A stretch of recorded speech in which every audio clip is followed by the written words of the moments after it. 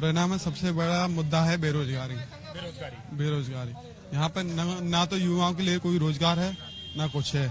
और दूसरा मुद्दा है रोडों का।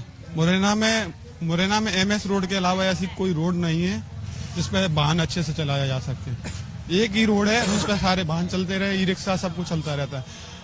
अपने प्रदेश में 3 नेता हैं, बीडी शर्मा, नरेंद्र सिंह तोमर, ज्योतिरादित्य सिंधिया।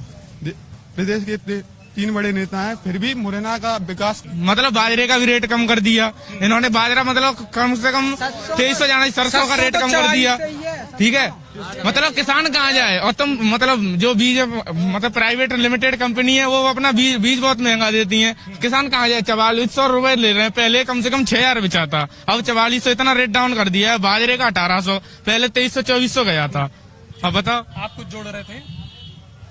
यहाँ पे बस वादे किए जाते, धरातल पर उसका कुछ अमल नहीं किया जाता। जैसे अभी ट्रांसपोर्ट नगर का आज तक उसका कोई सॉल्यूशन नहीं निकला है।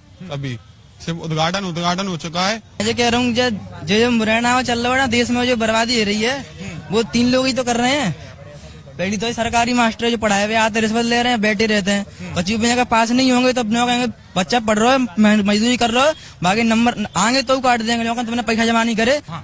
यहाँ पर राजनीति जातिगत मुद्दे इस तरह होती है कि यहाँ पे वो ये देखा जाता है किस समाज के लोग ज्यादा हैं, किस समाज के लोग ज्यादा है, किस समूह के लोग ज्यादा है, उन पर ज्यादा जोर दिया जाता है। जो ज्यादा होंगे तो उन्हीं के लिए काम किया जाएगा। वो कहेंगे इस समाज के लिए ये करूंगा, वो करूंगा, यहाँ ये बनवाऊंगा। शिक्षा की बात कोई नहीं करता, क्योंकि शिक्षा की बात जिस दिन करेंगे तो लोग पढ़ जाएंगे, वो जान जाएंगे ये अनपढ़ है, ये कुछ नहीं करेंगे, तो पढ़े लिखे को वोट देंगे, फिर उनकी सरकार चली जाएगी। तो इसलिए शिक्षा की बात करते ही नहीं है। क्या लागे मेरा वो चरितार्थ होता है हमारे यहाँ के स्वास्थ्य विभाग से।